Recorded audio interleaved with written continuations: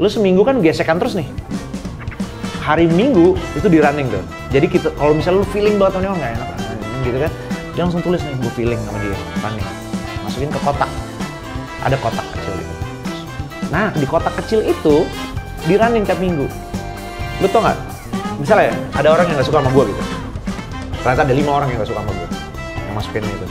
Gue duduk, diem, mereka berlima duduk juga. Udah gue diteriak-teriakin dan gue nggak bisa ngelawan. And it's part of therapy untuk rilis lu punya emosi. Tapi nggak boleh kasar ya ngomongnya.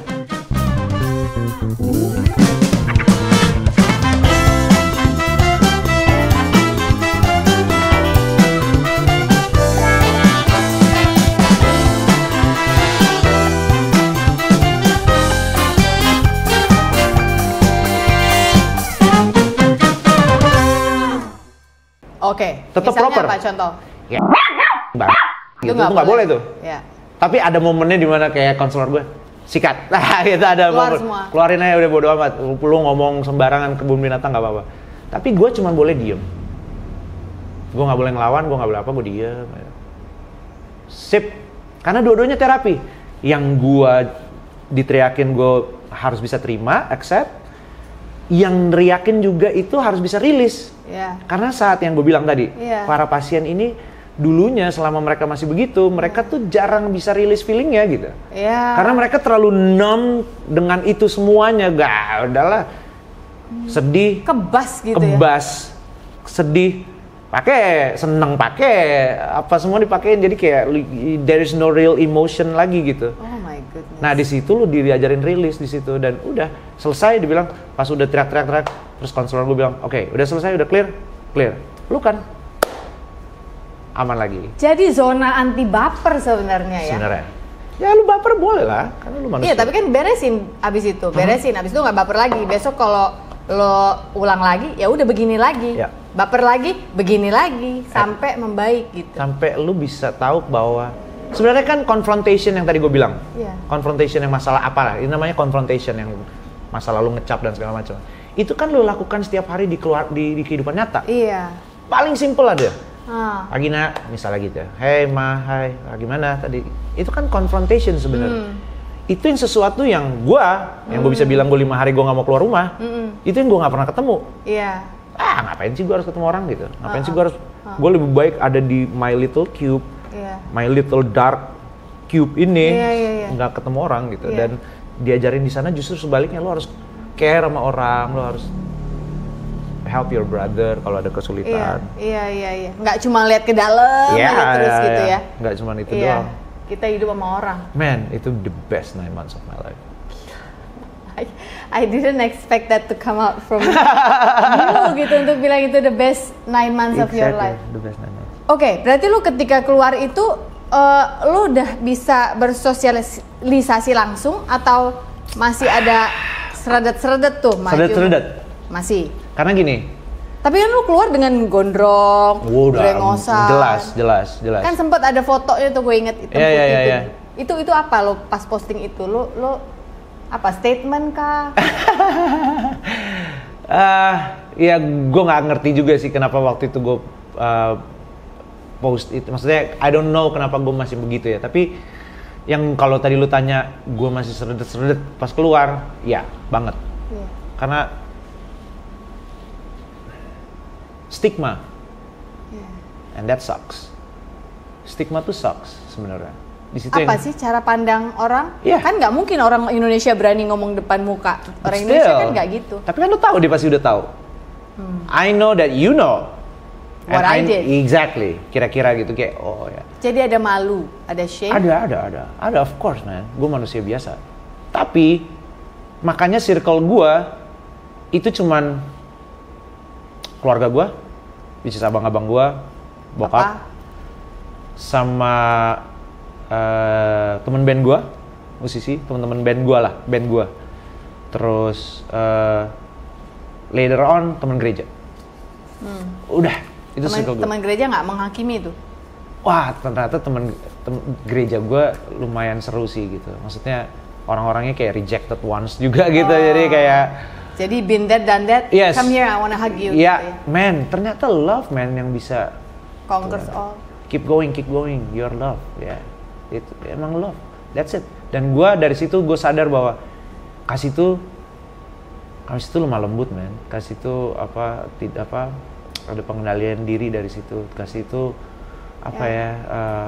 semua kasih yang ada di Alkitab itulah.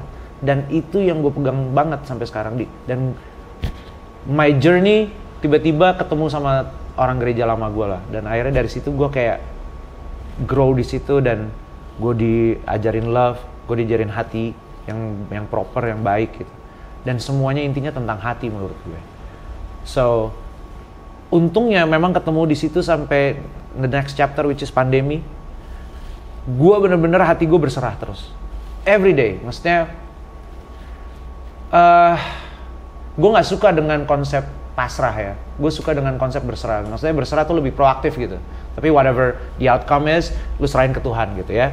Dan gue lakukan selama gue keluar dari rehab, terus journey gue ketemu teman-teman gereja gue, circle gue di situ-situ aja. Sampai akhirnya gue punya kepedean lagi, dalam arti nggak malu lagi bahwa, hey man, itu masa lalu gue memang pernah di situ, tapi I'm here now, gue di sini nih, dan gue pengen ngejalanin yang terbaik. So, yang paling penting gue punya kasih keluarga gue, kasih Tuhan, kasih semuanya dalam hati gue. Lu mau stigmain apapun tentang hidup gue, terserah. It's not my business anymore. Dan saat gue udah bisa ngeliat itu, I'm the happiest person sih. You don't need orang lain validasi approval. Orang lain, yes, nggak perlu. Karena lu tahu lu udah diampuni. Gue udah nyampe gitu istilahnya. Gue bener-bener ngelewatin hampir semuanya. Cuman ya bener banget nih yang tulisan di tembok nih, you know, karena if you have love, you just keep going gitu. Lo ngerti nggak? Best. Hati yang gembira adalah obat. Man, wow. Oh iya lu, keren. Hati yang gembira adalah, which is cool.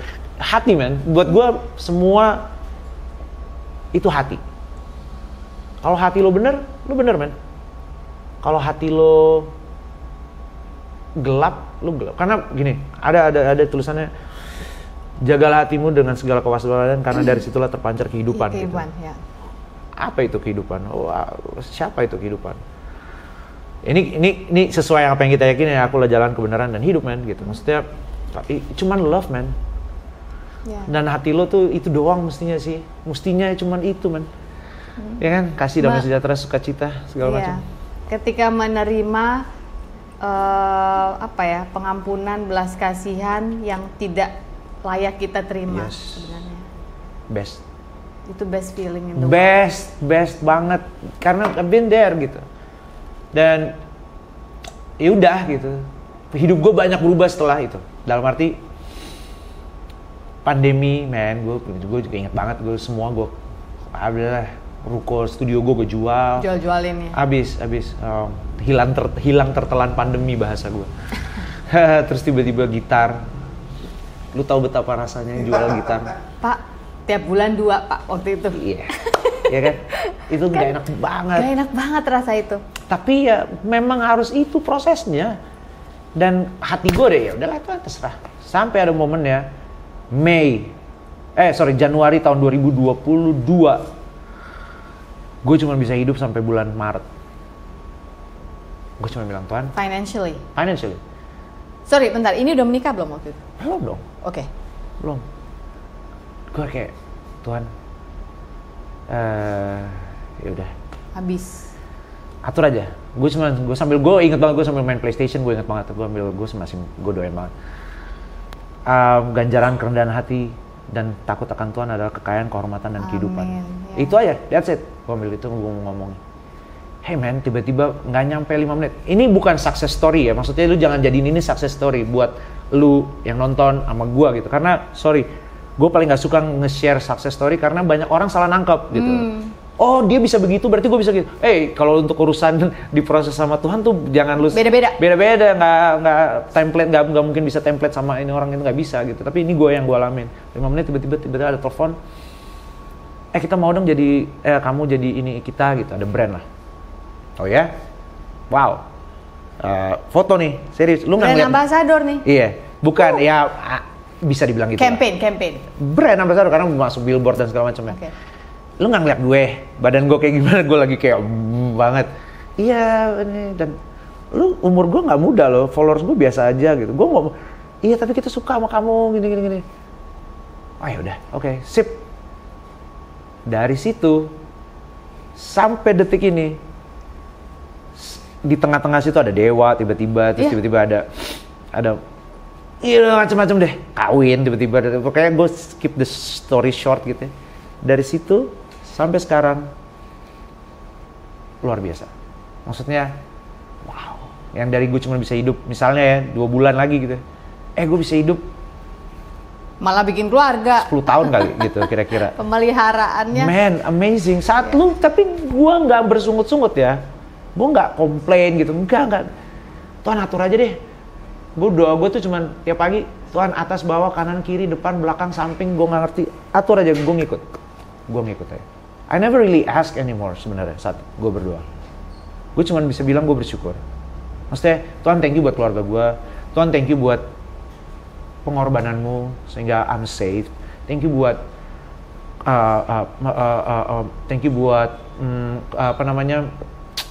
pekerjaanku. Lebih ke thank you. I don't really ask anymore sebenarnya.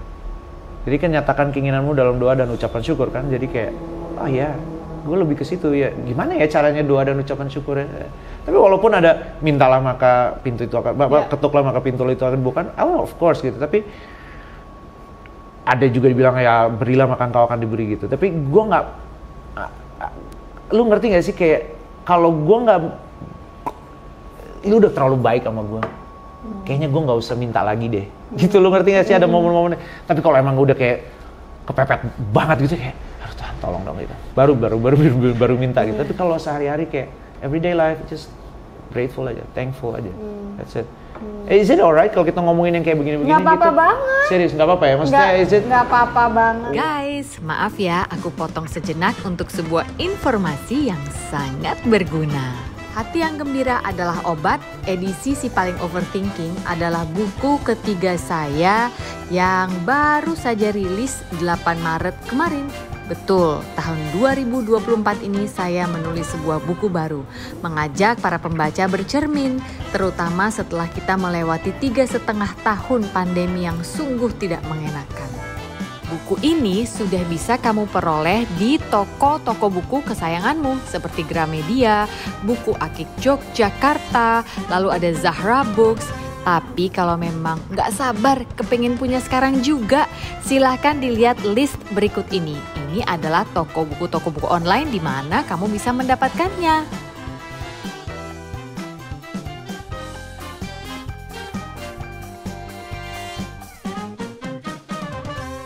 serius, nggak apa-apa ya? Maksudnya nggak apa-apa banget. Cuman satu belief doang gitu, nggak apa-apa ya? Nggak apa-apa banget, kan masing-masing ada. Yeah. Teman-teman yang lain juga ada dengan belief mereka kan. Jadi kita ngobrol itu juga. Ini gue tertarik sih karena gue bersyukur gitu kan. Lo bolak-balik ngomong kayak gitu. Sementara kemarin ini salah satu pelajaran hidup yang gue dapat juga adalah iya bersyukur. Tapi ternyata gue ada satu revelation kemarin sempet gue dapat lah ya. Adalah tapi kalau kamu mau minta, jangan takut minta. Iya. If you want ask, jangan didiskon. Minta yang gede. Exactly. Karena Bapak mau di surga, bisa ngasih itu dan bisa lebih. Kalau memang itu adalah rencananya untukmu kan gitu kan. Kalau lu layak sih kalau gue bilang. Ngerti sih? Kayak when you... Karaktermu sudah sampai gitu ya. Kayak misalnya gini aja deh. Anak kecilnya, umur 3 tahun gitu. Ma minta pisau gitu. Lu gak bakalan kasih dong. Iya. Karena lu gak layak, belum siap nih. Iya. Tapi when you are ready, lu dikasih. Nah, buat gue, nih gue ya, belum tentu benar, belum tentu apa, tapi ini gue. Menurut gue kelayakan itu dari hati lo. Misalnya gini, buat gue hati yang baik itu adalah hati yang punya semua all the fruit of spirit itu. Iya. Buah roh. Kasih, damai sejahtera, sukacita, kelembutan, kebaikan, segala macam itu. Kalau lu punya itu di setiap circumstance dalam hidup lo, mau lu kaya, lu mau miskin, lu mau sakit, lu mau sehat, mau segala macam, lu nggak berubah hati lo, firm di situ, dan lu layak. Menurut gue itu ya. Karena gue kasih lo miskin, lo nggak berubah. Gue kasih lo kaya, lo tetap bersyukur. gue kasih lo sakit, lo tetap bersyukur. Gue kasih lo sehat, tetap bersyukur juga. Ya udah. So this material things will not change you gitu. Ya. So yeah. Okay. Karena lo tetap lihat kepada Tuhan. Yes. Ya. Karakter Tuhan yang lo kejar kan. Yes, gue bukannya mikir, makanya gue tadi kita sebelum take, gue sempat ngobrol sama kita, gue bilang, gue nggak segitunya sih sebenarnya soal material things. Tadi sempat di awal memang lo sempat bilang gini, wah seru ya kayaknya tinggal di Bali ya. Terus kita, Kongkem aku sempat bilang lah gitu, iya waktu itu kita menepi karena anak-anak waktu itu ABG, kita pikir kapan lagi kita menepi, cut semuanya supaya kita bisa as a family begini. Lalu ketika melepaskan mereka kuliah kayak sekarang ini udah lebih, ya kita udah tanamkan kan semua nilai-nilai, value keluarga, value nilai ketuhanan gitu kan. Terus Elo sempat ngomong gini, iya gue juga sebenarnya nggak peduli amat tuh, gue juga kepengen just take care of my family gitu. Walaupun saat ini sih mungkin masih kecil ya anak lo, mungkin masih ada berapa tahun lah lo ke depan untuk mikir itu. Terus gue nanya, jadi buat lo cari duit sama ketenaran itu dua hal yang berbeda, dan lo jawab? Iya, beda. Jadi lo nggak ngejar harus manggung, harus dielu-elukan, dielo-elokan. Dielo-elokan. That's a term. Enggak. Buat lo itu enggak penting. Kalau itu hilang, I don't mind. Nggak apa-apa. Lo bisa kerja yang lain gitu maksudnya. Gue lagi bikin baju nih by chance. Gue lagi bikin ini, terus gue pengen punya small spot kayak kalian ini, bagus banget. Kayak just simple life. Gue nggak gini. Gue tidak mau menghabiskan lebih dari setengah hidup gue misalnya hanya untuk bekerja. Please lah. Maksudnya gue pengen bisa ada income lain daripada cuma sekedar nyanyi gitu. Maksudnya gue nggak mau kehilangan momen bersama keluarga gue, dan gue bisa menikmati hidup gue. Lu ngerti gak sih? Ada orang yang emang segitunya banget. Maksudnya itu, kan lumayan nanti dapet duit gini. Iya sih, tapi maksudnya gue cukup aja oke kok gitu. Ngerti gak sih? Bukannya gue nggak nolak kalau dikasih banyak, sumpah gue nggak nolak. Tapi kalau misalnya dikasih cukup juga nggak apa-apa. Iya maksudnya just for today aja gitu ya, gue bisa cukup bisa makan hari ini, that's it. Tapi makanya gue nggak segitu gila-gila kerja sebenarnya. Makanya gue kayak, oh my god, gue kalau misalnya ada manggung 11 hari nggak pulang gitu, kayak udah sedih tuh ya, udah sedih. Untungnya kita punya teknologi ya, kita bisa video call dan ngobrol, tetap catching up gitu, masih bisa. Tapi tetap aja gitu, gue kalau sebisa mungkin in between hari itu boleh nggak sih gue nyempil 1 hari aja, gue nggak ngapa-ngapain, gue sama keluarga gue gitu. Dan maksudnya gue ternyata gue segitunya, sebucin itu gue sama keluarga gue gitu, dan keluarga kecil gue ya. Jadi kayak bener-bener gue pengen punya waktu untuk lebih banyak untuk kayak, kayak kalian lah, santai gitu. Gue nggak ngomong laid back itu sepenuhnya benar ya, enggak. Lu kadang-kadang ya kalau lu nggak bekerja lu nggak dapet upah, kira-kira gitu kan. Tapi nggak yang segitunya gitu loh. Nggak yang harus, intens. Mungkin usia juga nggak sih? As you step into your 40s, karena kalau masih muda, kalau misalnya nih ada anak 27 tahun datang ke gue terus ngomong work-life balance. Nah, buat gue sih, maaf ya bang. Sorry ya, referensi lu, iya. Duduk bang. Sorry nih, gitu. Ya, 27, lu belum tahu apa-apa bang. Jangan kan itu, adik gue kan ada yang bedanya jauh banget sama gue. 32 tahun dia tahun ini. Dia ngomong sama gue work-life balance, saya gue bilang nggak bisa bang, lu udah accomplish apa bang? Exactly. Lu akan jadi kepala keluarga satu hari. Don't talk to me about work-life balance gitu. Lu work, you get where you are, baru lu bisa bikin. 20 tahun lu kira-kira dari kecil sampai lu lulus kuliah lah. 20 tahun, right? And then another 20 atau 25 years lu kerja deh. Sisanya retire, brother. Kalau gue ya mikirnya enaknya gitu tuh. Ya kesana gitu ya. Tapi kalau misalnya lu ngomong umur, enggak juga. Karena gue ketemu orang yang di atas gue, teman-teman musisi yang umurnya di atas gue, mereka nggak punya ya, mereka udah nyampe gila, udah punya segala macam, tapi tetap hajar terus gitu. Gue kayaknya nggak di sana deh gitu. Gue pengen ya udahlah. This is totally different thing ya, fame sama bekerja nyari uang. Tapi I don't mind nggak famous lagi gitu. Misalnya, you know what? Gue sampai pernah berpikir, revelation gue nih. gue sempat berpikir ya bahwa if my career cuman di sini doang, nggak kemana-mana lagi, I'm okay, gue settle kok. Maksudnya dalam arti gue cukup besar hati menerima bahwa, karena kan ada orang beberapa yang kayak pengen ambisius, ambisius, gue pengen bikin ini terus nanti nge-hits dan sebagainya. Bro, nggak ada rumusnya bikin lagu hits, bukan begitu Pak Pongki? Maksudnya lu kalau misalnya emang lu emang ya udah gitu ya, oh you are a has been, fine, so what? Orang gampang banget ngomong has been tuh ya, udah has been. Dude, kalau buat kita yang manusia yang dengerin masih kayak shit, masih lagi kesel. Lo gue masukin 9 bulan retret juga lo, biar tahu lo gitu.